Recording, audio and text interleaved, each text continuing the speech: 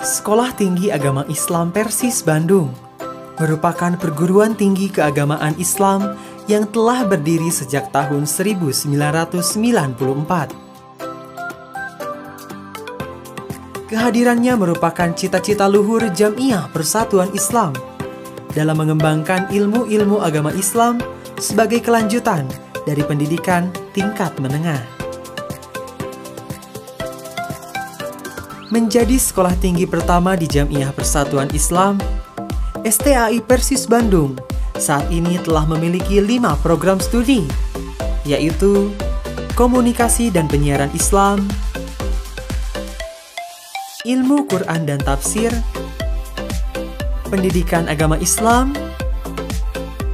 Pendidikan Islam Anak Usia Dini, dan Ekonomi Syariah dengan lebih dari 1.500 mahasiswa.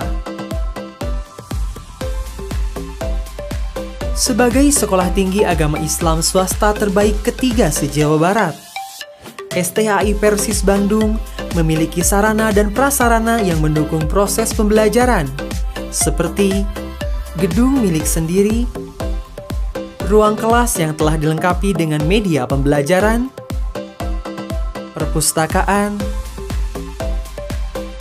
laboratorium dakwah dan broadcasting,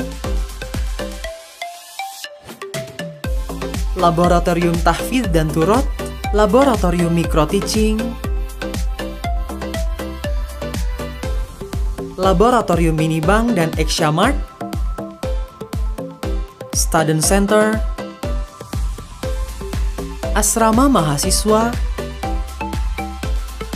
masjid, dan kantin.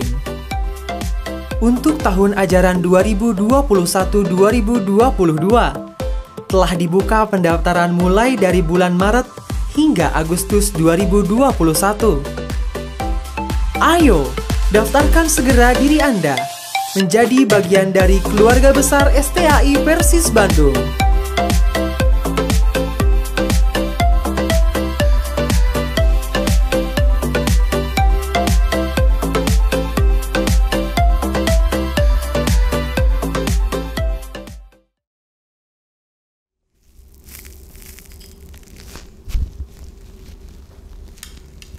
Halo, assalamualaikum warahmatullahi wabarakatuh, sahabat STAIP dimanapun kalian berada. Kembali lagi nih bersama saya Listia Yuniarnakia di Teh Inspirasi. Temukan inspirasi bersama secangkir teh.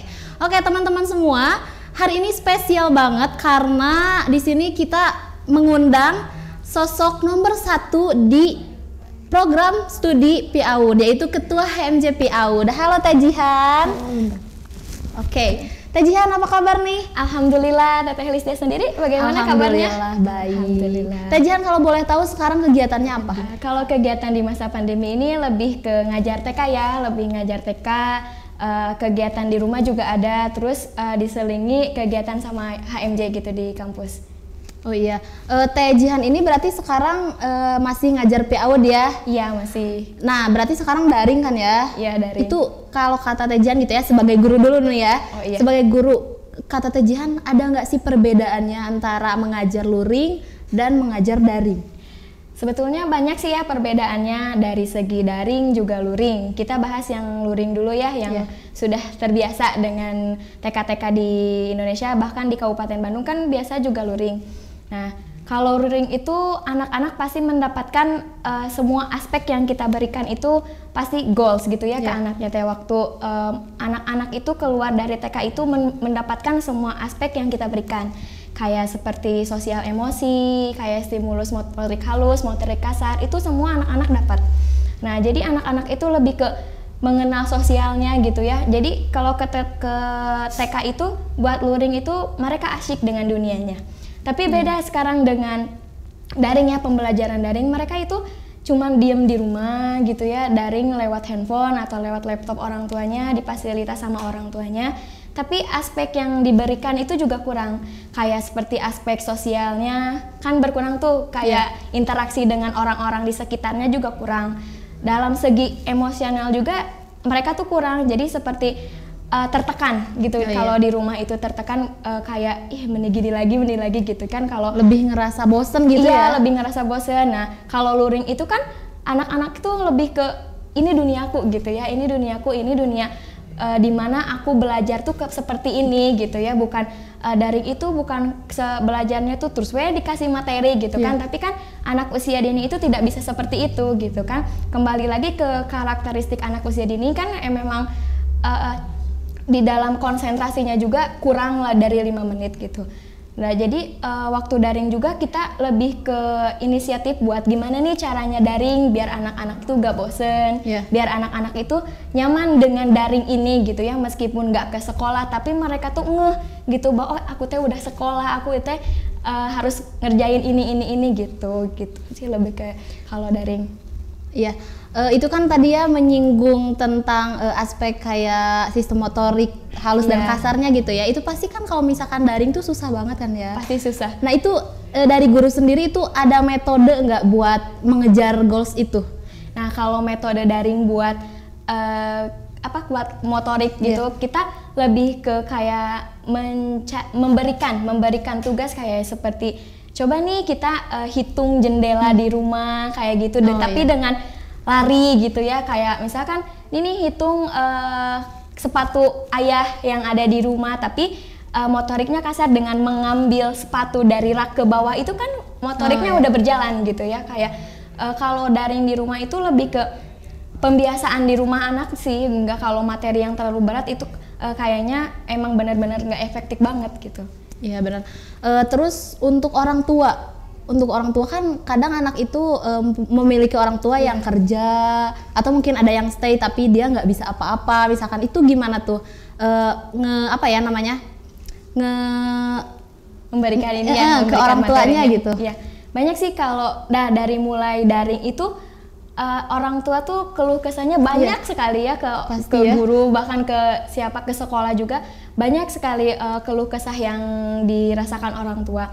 Nah salah satunya ketika anak itu belajar daring di rumah tapi orang tuanya bekerja, nah kayak gitu. Nah kadang orang tua juga ngerjain tugasnya tuh kadang waktu orang tua pulang.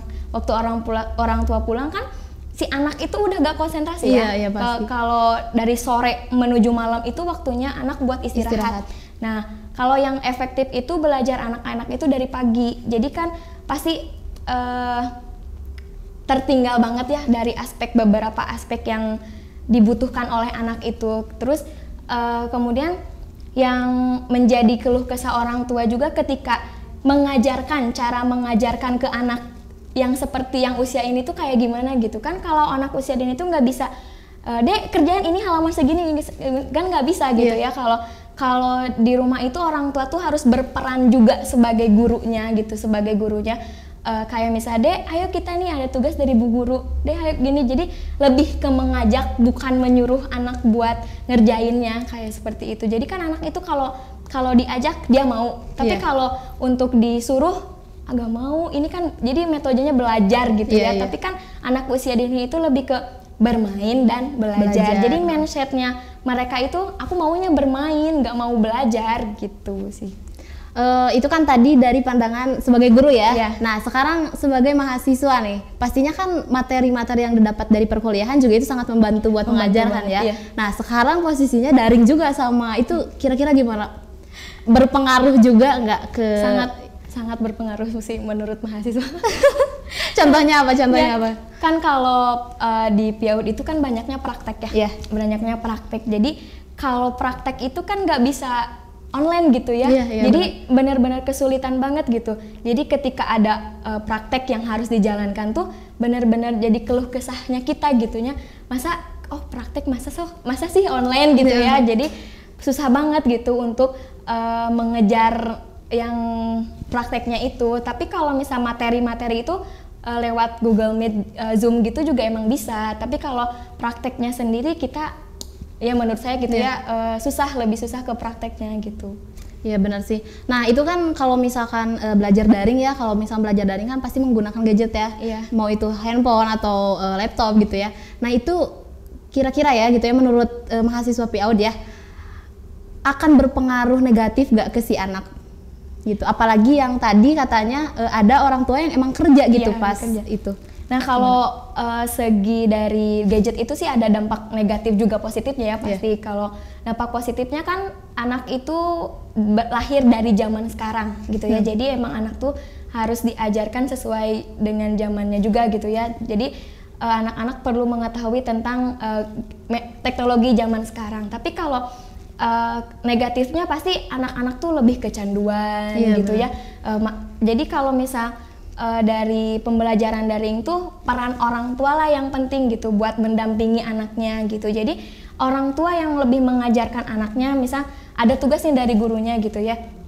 Jadi orang tua teh langsung buka buku aja gitu ya, buka buku anak tersebut gitu, nggak nggak selalu memainkan HP depan ya gitu. Jadi anak-anak itu kalau didiemin gitu ya kayak orang tua yang kerja kan nggak mungkin juga gitu. Anak-anak yang pegang HP sendiri kan itu dampak negatifnya sangat banyak sekali gitu ya. Kecanduan game, kecanduan anak usia dini itu yang sekarang ya pinter-pinter, jadi belum bisa baca tapi mereka tahu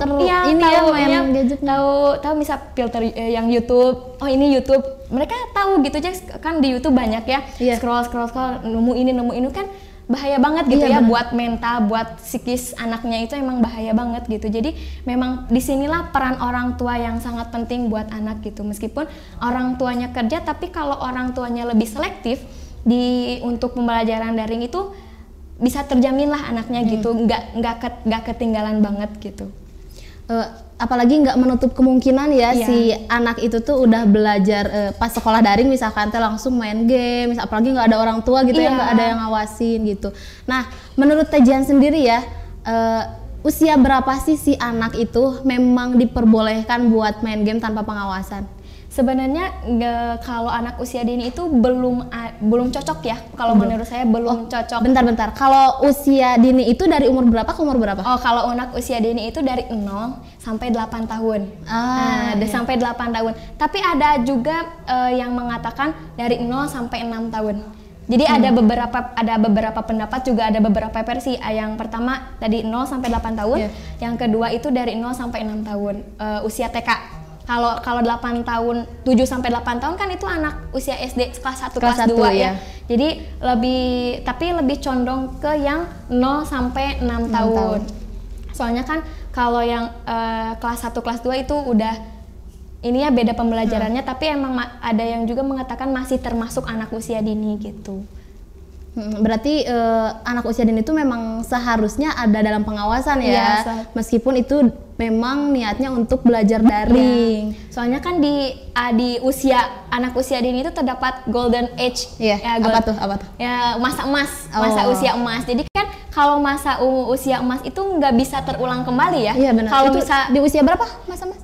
Nggak, yang itu ya jadi 0 sampai 6 tahun itu terdapat di sisi Q gitu ya. Ada kayak waktu anak bisa mulai mengetahui kehidupannya kayak gitu sih. Jadi kita tuh lebih di masa golden age itu nggak mau tertinggal gitu sih anak tuh. Kalau misal tertinggal udah kesana tuh dampaknya negatif gitu. Karena mungkin pas masa emas itu tuh kayak masa di mana membentuk karakter si anak juga ya. Membentuk karakter si anak, jadi lebih ini mau ke depannya mau seperti apa itu dibentuknya dari karakter gitu, karakter di masa itu gitu. Bahkan peran orang tua saja itu pasti penting ya buat pembentukan karakter itu gitu. Sebenarnya guru itu lebih mendampingi ya, soalnya yang terjun langsung di rumah itu kan lebih ke orang tua. Di guru itu cuman hanya di sekolah doang gitu. Dan banyak anak-anak itu banyak waktunya kan di rumah ya. Kalau misal luring juga nih, kalau misal luring anak-anak kan cuma sejam, itu juga nggak mendapatkan apa yang semuanya dikasih gitu. Jadi cuma sejam belajar sejam, bermain sejam kan nggak cukup gitu buat anak-anak gitu. Jadi lebih banyaknya lebih di rumah gitu. Nah apa sih kan aku tuh ya kalau misalkan lihat di tetangga atau siapa gitu, keluarga aku sendiri juga kadang memang si orang tua tuh misalkan si anaknya nangis tuh pasti yaudah nih nonton di HP, misalkan nonton di HP gitu. Nah menurut Tejian itu gimana sih? Padahal misalkan cuma nonton gitu ya, Itu menurut Tejian kayak gimana? Yang kayak nonton aja di HP gitu ya, biar kayak gitu.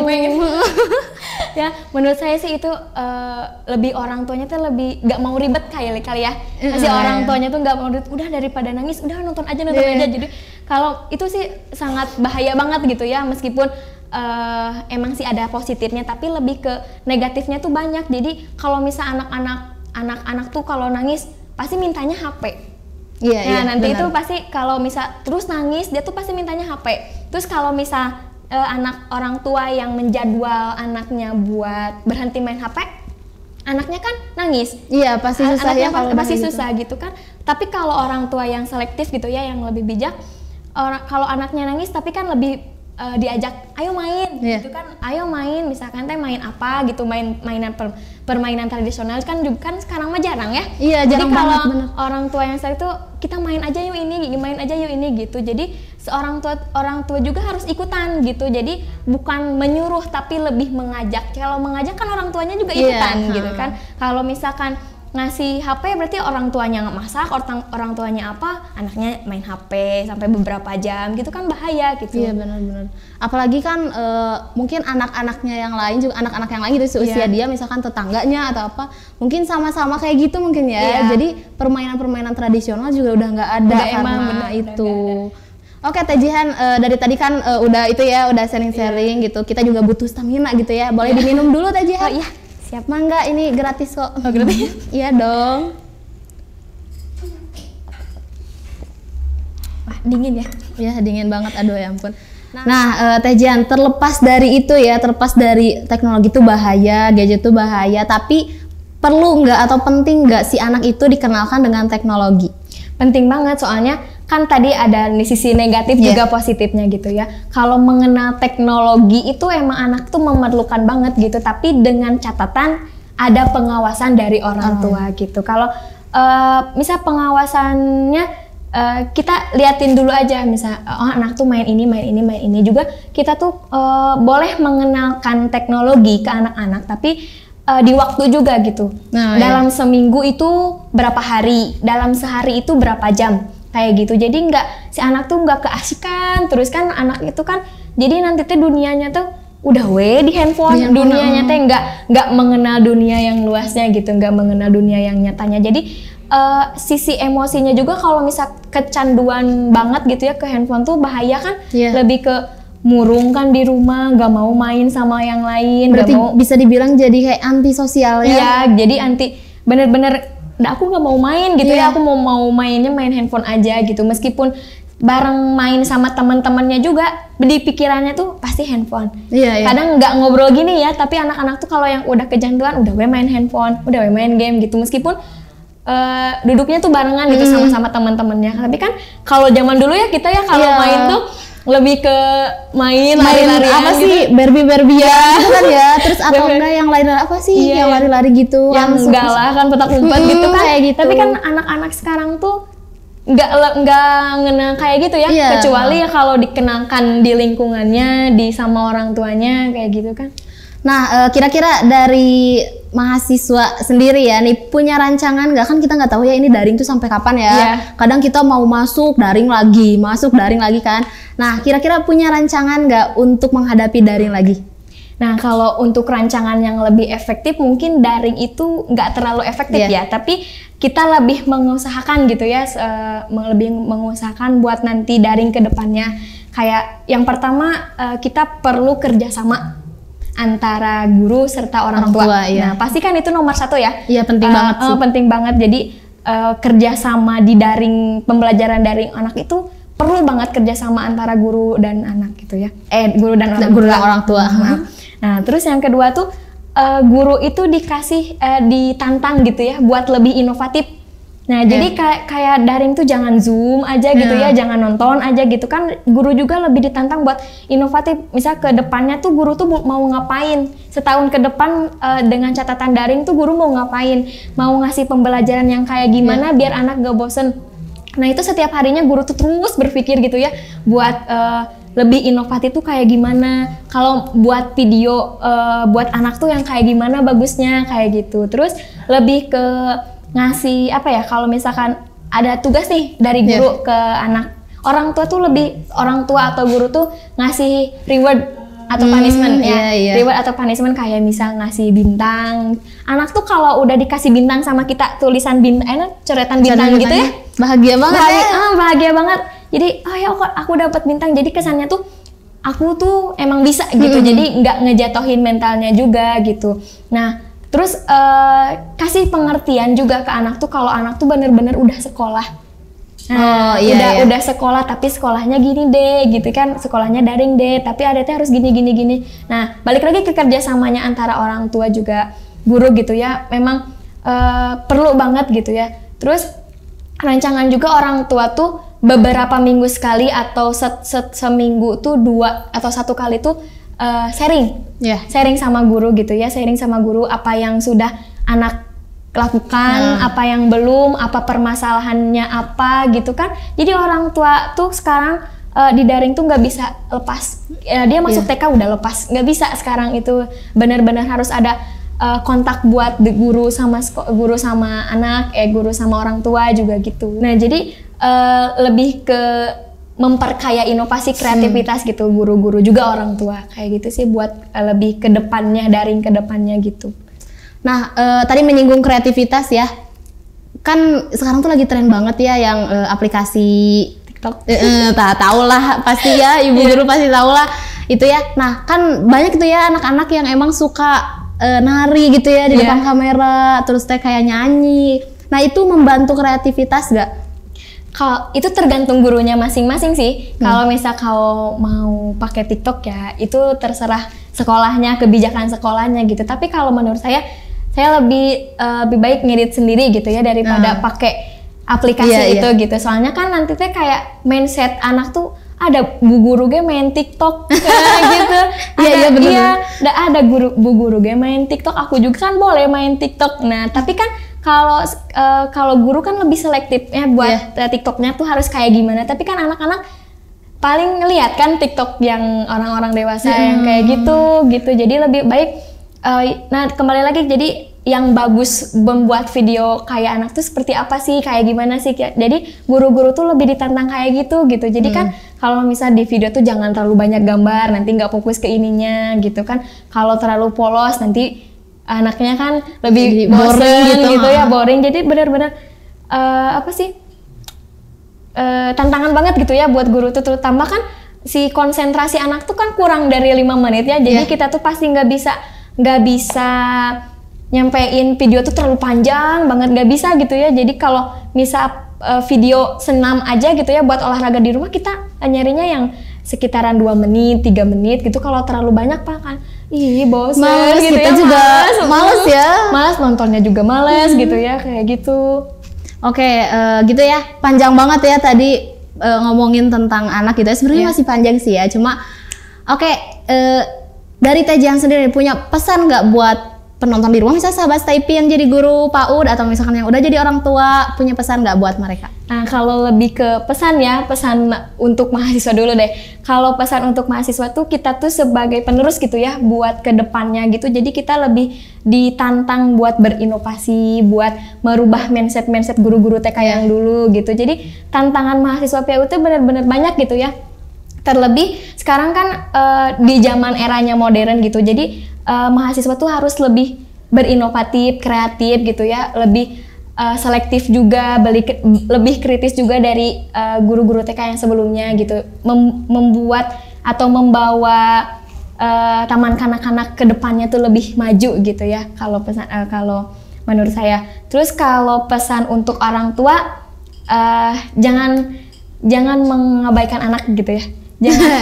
Jangan mengabaikan anak. Jadi orang tua tuh bener-bener penting gitu kan, Madrasatul Ula. Nah, orang tua tuh sebagai Madrasatul Ula, jadi bener-bener harus di kala sekarang gitu ya, harus mendampingi anak, harus lebih selektif ke anak, harus lebih ke anak tuh jangan kamu tuh harus gini-gini, tapi enggak, tapi lebih ayo sekarang mah dari sekarang udah tahu, udah beberapa tahu ilmunya, yuk kita mah sekarang ngajak aja deh ke anak gitu. Soalnya kan dari segi bahasa juga mengajak dan menyuruh itu pasti kan beda gitu ya kalau ke orang tua gitu. Kalau menyuruh tuh kesannya kayak menuntut ya. Iya, kayak menuntut. Kadang sekarang anak-anak tuh karakternya nggak mau disuruh. Iya, benar. Anak-anak itu sekarang. Oke, terima kasih ya Teh Jihan. Sama-sama. Ini sharingnya, mudah-mudahan di lain waktu kita bisa ketemu lagi dan bisa ngobrol-ngobrol lagi tentang anak. Nah teman-teman semua, alhamdulillah Teh Inspirasi kali ini mungkin cukup sekian dulu. Tetap pantengin terus YouTube STAI Persis Bandung Official karena akan ada terus inspirasi-inspirasi dari konten Teh Inspirasi. Nah, buat teman-teman yang mungkin masih mencari kampus, boleh nih, STAIP Bandung masih membuka pendaftaran sampai gelombang 3. Gelombang 2 masih dibuka sampai tanggal 14 Juli. Dan juga buat sahabat STAIP di rumah, jangan lupa untuk like, comment, subscribe STAI Persis Bandung Official. Oke, saya Listia Yuniarnekia dan Teh Jihan pamit undur diri. Wassalamualaikum warahmatullahi wabarakatuh.